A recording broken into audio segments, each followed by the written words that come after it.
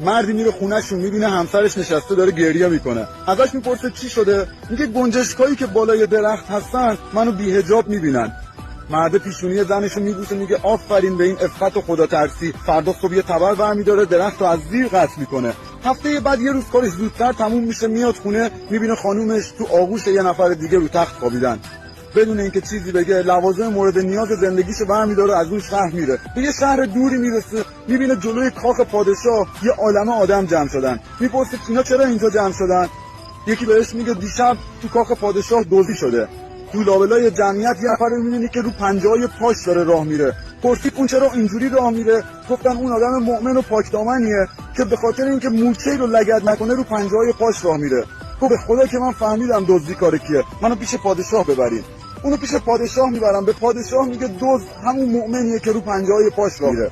پادشاه دستور میده میارنش، ازش بازجویی میکنن و اعتراف میکنه که دزدی کار اون بوده. پادشاه از این میپرسه تو چجوری متوجه شدی که دزدی کار اون بوده؟ گفت تجربه به من نشون داد که هر جای یه نفر تو نشون دادن پاکی و درستکاری زیاده روی کرد احتمالاً داره روی جرم خودش سرپوش میذاره.